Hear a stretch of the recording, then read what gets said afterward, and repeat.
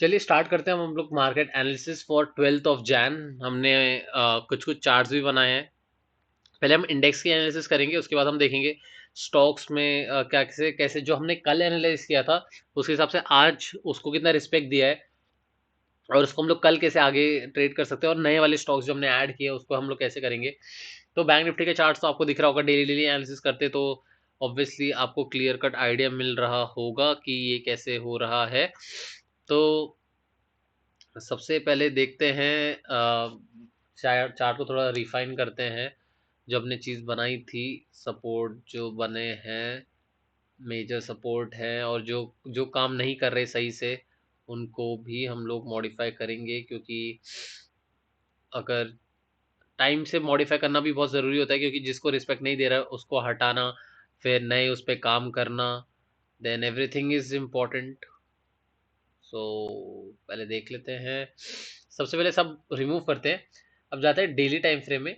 So what the daily time frame is telling. तो हमने कल क्या बोला था, कल का देखो हमने कल क्या बोला था। ऑब्वियसली पेन एम पैटर्न है, ये हमने बोला था कि यहाँ टच करके आने का इसको एक बार वो है। तो यहाँ पे ऐसे आके यहाँ टच करने के बाद ही थोड़ा ऐसे बुलिश टाइप बना सकता है। कल के ही एनालिसिस वीडियो में बोला था, तो आप वो देख सकते हैं कि यहाँ पे थोड़ा सा ऐसे बुलिश टाइप बना सकता है, क्योंकि ये टच करना उसके लिए ज़रूरी है, क्योंकि ये यहाँ से डेली टाइम फ्रेम में इसको रिजेक्शन मिल रहा है। तो अभी इम्पोर्टेंट मतलब इम्पोर्टेंट समझ रहे हो क्या हो रहा है, कि कल जो हमने बोला था कि यहाँ से लाना जरूरी है, क्योंकि यहाँ से कैसा होगा कि एम पैटर्न का यहाँ से बेस टच हो जाएगा। अगर ये यहाँ से नीचे जाना शुरू हुआ तो ऑब्वियसली हम लोग एग्रेसिव प्लान कर सकते हैं, बट वो देखो यहाँ से इसने रिस्पेक्ट किया है, अभी ये अपने लेवल पे आ चुका है। ठीक है, अभी डेली टाइम फ्रेम में ये इसने बेस को अपने टच कर दिया, अराउंड इसके बेस को टच किया है अपने। ठीक है, बेस को टच किया अपने, उसके बाद अभी थोड़ा बुलिश मूव थोड़ा सा ऐसे दिखाने लग गया है।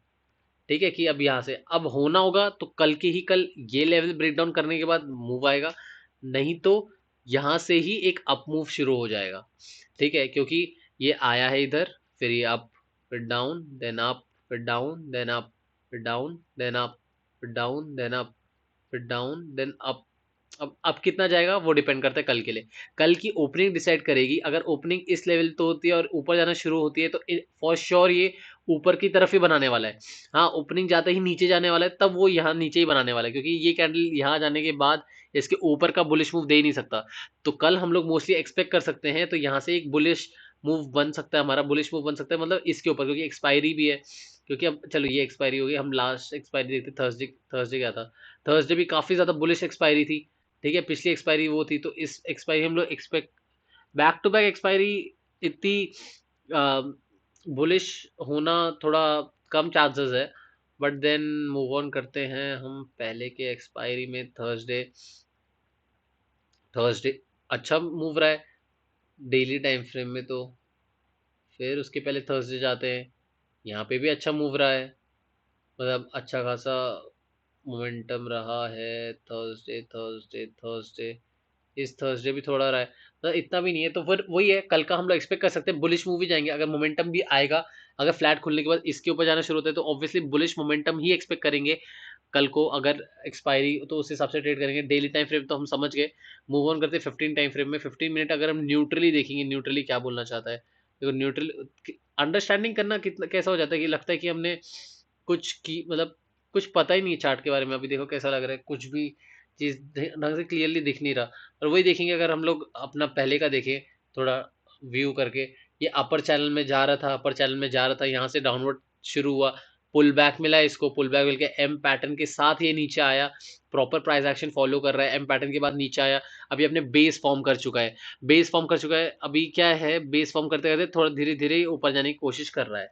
ठीक है, आ जाते हैं अपने लेवल्स पे। ओके, लेवल्स बना दिए हमने। ठीक है, इसको हटा देते हैं। अब लेवल्स हम लोग रिफ्रेश करेंगे जब टारगेट रखना होगा, नहीं तो हम लोग बाकी लेवल्स हम नहीं रखेंगे। अपने जो आसपास है वो हमारे लिए ज़्यादा ज़रूरी लेवल्स हैं। और जो लेवल्स ज़रूरी नहीं है उनको हम अभी रखना नहीं समझेंगे, क्योंकि फेक ब्रेकआउट है तो यहाँ से भी मतलब नहीं बनता है। क्योंकि हाँ, तो ये भी, ये चैनल था, ये जोन जोन हमेशा इम्पोर्टेंट रहेगा ही। क्योंकि जोन पहले से इंपॉर्टेंट रहा है। तो चलो आ जाते हैं, ये हमारे जो पुराने लेवल्स थे उसको हटाना भी बहुत ज़रूरी था, क्योंकि ये हाँ आया। चलो देखते हैं कल का क्या प्लान होना चाहिए। कल का प्लान ऑफ एक्शन क्या होना चाहिए। अगर पहले पहले सेंटीमेंट समझते हैं, मार्केट का सेंटीमेंट हमने डेली टाइम फ्रेम में देखा। उसके बाद देखा यह आया, इसने फेल ब्रेक डाउन दिया, यहाँ से ऊपर जाना शुरू हुआ है। अगर ये कल को फ्लैट खुलता है, फ्लैट खुलने के बाद डायरेक्टली ये वाला लेवल क्रॉस करता है, तो ये लेवल क्रॉस करते ही तो हम एक्सपेक्ट कर सकते हैं ये इधर पे है। ये इसलिए क्यों क्यों बना है, क्योंकि फर्स्ट सेकंड थर्ड टारगेट हमें बताएगा कि फर्स्ट सेकंड थर्ड टारगेट है क्या नहीं है, जो बताएगा, ठीक है। इसलिए हमने ये लेवल बना रखा है। तो सबसे पहले कल अगर फ्लैट खुलता है, फ्लैट करने के बाद ये लेवल क्रॉस करता है, तो हम बाइंग साइड जा सकते हैं। पहला टारगेट यहाँ तक एक्सपेक्ट कर सकते हैं। यहाँ पे हमारा अगर यहाँ पे कोई भी साइन दिखता है रिवर्सल का 15 मिनट में कुछ भी दिखता है, तो यहाँ पे हमारी एग्जिट हो जानी चाहिए। अगर नहीं दिखता है, फिर भी लाइट लाइट दिख रहा है, तो फिर भी एक्सपेक्ट कर सकते हैं हम इसके ऊपर तक जाने की, यहाँ तक इसकी ऊपर ऊपर वाला लेवल, ये ऊपर वाला है, ठीक है। अगर फ्लैट खुलता है, बुलिश जाता है, इसके ऊपर जाते ही बाइंग होगी, बाइंग करते ही हमारा ये फर्स्ट टारगेट होगा, फर्स्ट टारगेट बाद ये सेकंड टारगेट होगा, सेकंड टारगेट बाद कंसेक्यूटिवली थर्ड टारगेट हम ऊपर प्राइस एक्शन के साथ फॉलो अप करते जाएंगे। ठीक है, टारगेट तो हम देखते हैं, टारगेट हमारा मिलता भी है और आसपास 20-30% रह जाता है टारगेट से। But then problem is the exit, because exit होती ही नहीं है। मार्केट जब एग्जिट कर रहा था कब 329 पे फोर्सफुली एग्जिट हो जाए तो हो जाए, नहीं तो फिर हम करते नहीं है, वही सबसे बड़ी गलती है। पर ठीक है, काम करेंगे उस पर। आ जाते हैं एनालिसिस पे। फ्लैट खुलने के बाद गया बाइंग साइड, हमने देख लिया। फ्लैट खुलने के बाद इसी रीजन में रहा, ये रीजन में रहा, तो नो ट्रेडिंग जोन। ये जोन में हम लोग बिल्कुल ट्रेड नहीं करेंगे, बिल्कुल भी नहीं करेंगे ट्रेड। अगर कल की एक्सपायरी है, ऑब्वियसली वॉलेटिलिटी से हम झेल नहीं सकते, वो बहुत खतरनाक है। कर भी रहे तो फिर obviously it's die die situation only. उसके बाद अगर ये लेवल क्रॉस कल को, ये स्विंग इसने यहाँ से तोड़ दिया, क्योंकि ये यहाँ से फेक, क्योंकि यहाँ से भी इसने ये दिया है, यहाँ से भी इसने दिया है। अगर आप बिगर टाइम फ्रेम में देखोगे ना, अगर मैं आपको 30 मिनट्स के टाइम फ्रेम में दिखा दूं, ठीक है, 30 मिनट्स के टाइम फ्रेम में, तो एक आपको दिखेगा कि ये ऐसा है, नीचे आया, ठीक है, ये वापस से ऊपर गया, ये नीचे आया, इसने ब्रेक डाउन करने की कोशिश की, नहीं हो पाया, क्योंकि ये मेन कौन सा लेवल है, ये लेवल। अगर ये लेवल अगर ब्रेक डाउन हो जाता है ना कल, तो फिर मोमेंटम बहुत अच्छा एक्सपेक्ट कर सकते हैं। बट वही है, ठीक है, वो देखते हैं कल नहीं, लॉन्गर टाइम फ्रेम में भी। बट हाँ ठीक है, हम देखते हैं। हम क्या आपको दिखाया 30 मिनट टाइम फ्रेम में, ये बता रहा था कि नीचे आया, अब ये डब्ल्यू पैटर्न जैसा फॉर्म करने की कोशिश कर रहा है। कल को अगर मोमेंटम देता है और ये हर एक लेवल क्रॉस करता गया, मतलब ऑब्वियसली डब्ल्यू पैटर्न को अगर ये इसने, कल हम एंट्री क्यों कर सकते हैं फ्लैट के साथ। कल मार्केट फ्लैट खुलता है, फ्लैट खुलते ही थोड़ा बुलिश मोमेंटम दिखता है तो एंट्री कर सकते हैं, क्योंकि ये एक डब्ल्यू पैटर्न के बेस पे आ चुका है, दूसरे बेस पे। यहाँ पे अगर बाय करने के बाद जब ये इतना आ रहा है, तो यहाँ पे अगर बाय कर देंगे तो हमें ये सेंटिमेंट, मार्केट सेंटिमेंट ही हमें बता रहा है कि ये अभी एक, अगर ये बुलिश बुलिश मूव में हो जाएगा, अगर इसने इसके ऊपर क्लोजिंग दे दी फ्लैट खुलने के बाद तो। अगर नहीं दी तो ये कैसे सेंटीमेंट हो जाएगा, ऊपर नीचे आया, पुल बैक लिया, फिर नीचे आया, स्मॉल पुल बैक लिया। अभी मार्केट अभी डिसाइड करे किस साइड मोमेंटम देना है, ऊपर साइड देना है या नीचे साइड देना है, उसके हिसाब से मार्केट मूव करेगा, ठीक है। फ्लैट खुलने का ऊपर गया, हमने देख लिया, नीचे गया। अभी छोटे टाइम फ्रेम में आ जाते हैं कि किस कैसे हमें एग्जिट करनी चाहिए। अभी छोटे टाइम फ्रेम में हमारा प्लान ऑफ एक्शन कैसे रहना चाहिए, ठीक है। तो अगर हम देखेंगे तो हमारा क्या बन जाता है, यहाँ से यहाँ तक का ये हमारा बन जाता है ट्रेंड लाइन। जिस समय इसने ब्रेकडाउन दिया उसी समय हमारा हो जाएगा अच्छा खासा ये, और इसको हम ला जाते हैं इधर, ठीक है, क्योंकि ये जोन को बहुत रिस्पेक्ट किया है 15 मिनट्स के।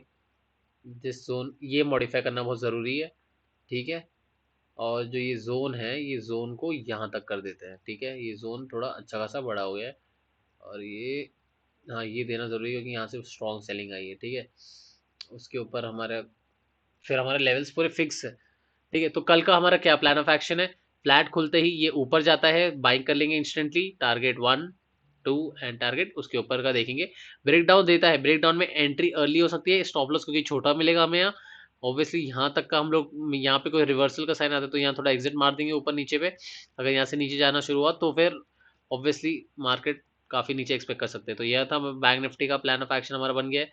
फ्लैट खुलने के बाद हमारा प्लान ऑफ एक्शन क्या रहेगा, वो हो गया हमारा। अगर गैप अप खुलता है, गैप अप खुलने के बाद कि गैप अप इस साइड खुलता है गैप अप, तो रीटेस्ट तो ऑब्वियसली एक्सपेक्ट करेंगे, और रीटेस्ट आना चाहिए। फिर ऊपर की साइड एक्सपेक्ट कर सकते हैं। गैप डाउन खुलता है, गैप डाउन खुलने के बाद नेगेटिविटी काफ़ी अच्छी हो जाएगी, इसने इसको ब्रेक डाउन दे दिया तो उसके बाद हम डायरेक्टली डाउन साइड एक्सपेक्ट कर सकते हैं मोमेंटम। फिर आते हैं निफ्टी फिफ्टी में। निफ्टी फिफ्टी टोटली वॉलेटाइल रहा है, साइडवेज, टोटली साइडवेज। हमने ऑलरेडी लेवल बना रखे थे इधर, इसके ऊपर गया तो हम बाइंग साइड जाएंगे इसके ऊपर से, और टारगेट एक्सपेक्ट कर सकते हैं ऑब्वियसली यहाँ यहाँ तक का, या इधर वो हमारे लेवल्स बने हुए तो वो हम लोग देख ही सकते हैं, और जो फालतू लाइंस हैं उनको हम हटा देते हैं, क्योंकि जो हमारा रिस्पेक्ट करेगा लेवल्स को उस लाइंस को हम लोग कंटिन्यू रखेंगे, देन बाकी लाइंस को हम लोग कर देंगे अवॉइड। ठीक है, ये हमारे लेवल्स हैं कि हमारे लेवल्स सही होते हैं हमेशा, सही होते हैं हमेशा। इट्स ऑल अबाउट प्रोबेबिलिटी, मतलब हमारा अभी तक का जो हो रहा है लेवल्स, हम जो रिस्पेक्ट नहीं करते हैं हम उसको हटा देते हैं। ठीक है, तो ये हमारा चल रहा है, तो इसको नीचे बना देते हैं, ये ऊपर का जोन है नीचे का जोन है। ठीक है, तो ये रहा हमारे लेवल्स बन गए। तो इसमें वही है, ऊपर साइड दिया तो बाइंग जाएंगे, नीचे साइड दिया तो सेलिंग जाएंगे, टारगेट बनाएंगे आपके सामने दिख रहा है, इसके बीच में रहा तो नो ट्रेडिंग जोन। ठीक है, सिंपल। फिर निफ्टी में हम कल नहीं करेंगे, तो हम पहले देख रहे थे स्टॉक्स हमारे कल के कैसे रिस्पेक्ट दे रहे थे, और कल की तरफ क्या मूव होना चाहिए, हमारा प्लान ऑफ एक्शन क्या रहना चाहिए। तो सबसे पहले आते हैं हम लोग बर्जर पेंट्स में। बर्जर पेंट्स में कैसा है कि यहाँ से इसने अपना ट्रायंगल वेज बनाया, यहाँ से इसने पहले ये वाले से ब्रेक डाउन दिया, यहाँ तक बनाया, अब इसने दूसरा ट्रायंगल, अब पैटर्न समझो, पैटर्न समझना क्यों जरूरी है, क्योंकि ये एक ट्रेड पैटर्न फॉर्म करता है। ठीक है, तो देखो कैसा है। हाँ, तो अभी कैसा है, यहाँ पे इससे यहाँ पे कन्वर्जिंग ट्रायंगल फॉर्म किया। ठीक है, यहाँ से ब्रेक डाउन हुआ, दूसरा कन्वर्जिंग ट्रायंगल फॉर्म हुआ, अब यहाँ से ब्रेक डाउन हुआ, अब ये तीसरा कन्वर्जिंग ट्रायंगल फॉर्म हो रहा है। ठीक है, ये देख रहे हो, तीसरा कन्वर्जिंग ट्रायंगल फॉर्म हो रहा है। तो ये बड़ा फॉर्म हुआ, ये छोटा फॉर्म हुआ, ये उससे छोटा फॉर्म हुआ। अभी हमारा trade off plan of action इसमें कैसे रहना चाहिए, अगर ये इसको नीचे ब्रेक करता है सेलिंग साइड जाएंगे, इसको ऊपर ब्रेक करता है बाइंग साइड जाएंगे, सिंपल। ओके, पैटर्न क्लियर है ना, पैटर्न क्लियर होना बहुत जरूरी है, तब जाके क्लैरिटी आती है थॉट्स में। बाकी ये इस एक चैनल में ट्रैवल कर रहा था, इसने इसका ब्रेकआउट दिया, रीटेस्ट करने आ रहा है, रीटेस्ट करके ये ऊपर जाता है तो ट्रेड लेंगे, नीचे आता है तो हम ट्रेड को अवॉइड कर देंगे, क्योंकि नीचे हमारा अनसर्टेनिटी बहुत ज्यादा है। फिर आ जाते हैं हम लोग रिलायंस इंडस्ट्रीज में। रिलायंस इंडस्ट्रीज ने अपने एम पैटर्न का ब्रेकआउट दिया है, मतलब ब्रेक डाउन दिया, यहाँ तक बेस में पहुंच चुका है। अब बेस में यहाँ पे एक्सपेक्ट कर सकते हैं हम लोग, यहाँ से थोड़ा ऊपर जाना शुरू होगा, यहाँ से ऊपर जाएगा तो ऑब्वियसली कैसा होगा कि दिखाते हैं, ये यहाँ से एक्सपेक्ट कर सकते हैं यहाँ से थोड़ा ऊपर जाना शुरू होगा, अगर नीचे ब्रेक डाउन दिया तो उसकी तरफ सेलिंग की साइड जाएगी, पर वही मोस्टली होगा इसके ऊपर जाने का सीन हो सकता है। फिर आते पावर ग्रिड पे। पावर ग्रिड भी कन्वर्जिंग बना रहा है, कन्वर्जिंग ट्रायंगल, यहाँ से अभी भी इसका ब्रेक आउट या ब्रेक डाउन देना बाकी है, प्राइस एक्शन के हिसाब से हम ट्रेड ले लेंगे। फिर आता है ओबेरॉय रियलिटी, कन्वर्जिंग ट्रायंगल बना रहा है, क्लियर कट हमें दिख रहा है, सेलिंग साइड भी दिख रहा है, बाइंग साइड भी दिख रहा है, जिस साइड ब्रेकआउट दिया या ब्रेक डाउन दिया उस साइड हमें ट्रेड की एंट्री बनेगी। क्लियर कट पैटर्न जब क्लियर हो, ज्यादा समझाना नहीं पड़ता है।